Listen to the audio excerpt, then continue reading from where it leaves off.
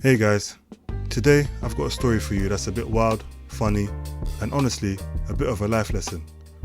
It's a story my dad told me back in the day about his mate, a guy named Kofi. This happened back in the 90s, and trust me, this story is full of drama. In fact, you might even struggle to believe it's real. Disclaimer/trigger warning. This story has themes of racism. So let's get into it. Picture this. It's the year 99 and my dad and Kofi are working in security together to make ends meet. They both work for a prestigious company. They came to the UK a few years ago and have young families and big dreams. Kofi, just like my dad, was doing his normal shifts trying to make things happen. He was also saving to build himself a mansion back home in Ghana. But also, we have another guy at work called Darren. Darren, that guy was a real piece of work. He was always making fun of Kofi. Mind you, this is before we as a country became as progressive as we are now. Back then, casual racism at work was seen as a bad thing, but not the worst thing in the world. People were able to get away with a lot. This was before cancel culture. During break times in the welfare room, Darren would use that as his opportunity. He'd mock Kofi's accent, call him Mufasa or Matthew from Desmond's. "Hey look everyone, it's Mufasa," he'd say. Or he'd say something like, "Doesn't Kofi look like that bloke Matthew from Desmond's? Hey look Kofi, say it. There's an old African saying." For those of you who may be too young to get the reference, Desmond's was a TV show that was popular back in the late 80s, and it had a character called Matthew, who was a stereotypical African man. His catchphrase was, "There's an old African saying." So whenever Darren would make that joke, it was like he was reducing Kofi to a racial stereotypical caricature. And there's an old African saying. Well, there's an old African saying. There's an old African saying. You saying I should just give up? No. There's an old African saying.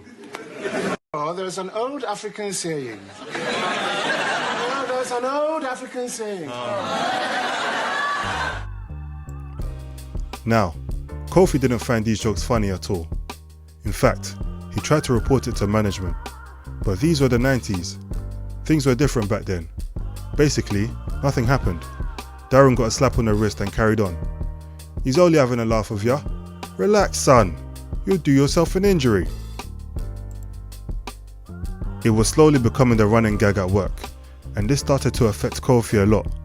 Sometimes he would even avoid taking his break in the welfare room, or avoid taking his break altogether. But one day he thought to himself, "I'm not going to be bullied out of my comfort because of this geezer." So he sat and took his break in the welfare room, eating his homemade sandwich. In came Darren with his usual insufferable antics. In the welfare room in front of everyone, he began mocking his accent and saying the same old tired, "There's an old African saying" joke. That's when Kofi exploded. Out of the blue, Kofi stood up and said, "You think you can call me a small boy, Charlie? You think you can call me Mufasa, Charlie? No problem. What you don't know is that I am far richer than you." Then he pulled out his payslips from his bag and showed everyone in the welfare room. £4,000 a month, right there. Read it and weep. Darren read it and it was true. 4K was sitting there comfortably on the paper right next to net pay. Now, just for a bit of context. In today's day and age, 4K a month is very difficult for someone to come across. Therefore, in the 90s, it was virtually impossible. 4K a month? Unless you were a doctor or a top exec, there's no way on God's green earth you would see that kind of money. Everyone went silent. Jaws dropped straight on the floor. Even Darren didn't know what to say. He was left scratching his head. Now, a few days had passed since that incident happened, and it felt like the air became thick at work. Everyone was feeling this tension, especially Kofi. But here's the twist. Unbeknownst to Kofi, word had gotten back to management about his big reveal, and they started investigating. They checked the cameras and discovered something shocking. They noticed that Kofi was spending an abnormal amount of time underneath a certain staircase in the building. So they went to check out the staircase and lo and behold, they saw cocoa butter, a towel, a bag full of clothes, snacks, toiletries, etc. That's when it all made sense to them. Kofi had been sleeping under the staircase.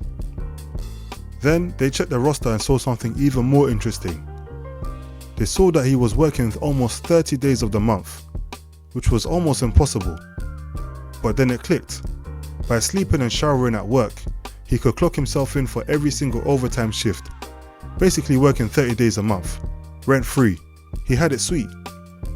I mean, of course he was sleeping at work every day, because on paper, it just didn't make sense.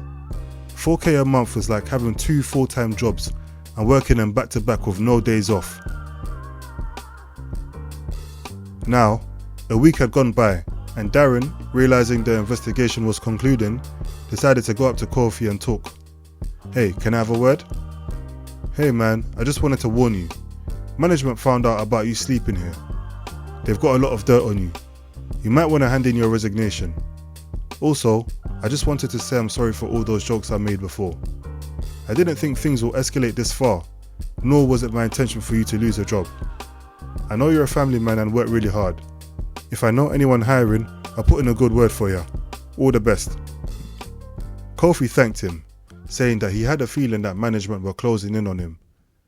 He said that he was looking for jobs and he thought he would only resign after he officially found something new. But now that he knows that his days were numbered, he was going to resign that same day. And that's exactly what he did. But here's the important lesson of it all. Don't let anyone trick you out of your position. In life, people will provoke you, make fun of you, or try and push your buttons. But remember your mission. Losing your cool can actually make you look silly, and it can cost you opportunities, money, and sometimes even peace of mind. Stay calm, stay strategic, and protect your position. Kofi did get the mansion in the end, but he had to work harder in another job where there was no loophole. He had it sweet in his old job, making money that the average man couldn't even imagine. But because he allowed himself to get played and fall into a trap, he lost it and had to work even harder. And the worst thing, he never managed to make that kind of monthly net pay again. Sometimes you can ruin a once-in-a-lifetime opportunity because of one reckless move. So remember, whenever someone tries to provoke you, stay cool. Your calm is your power. If you enjoyed this story, hit the like button, subscribe, and comment below. I want to hear, what would you have done if you were Kofi?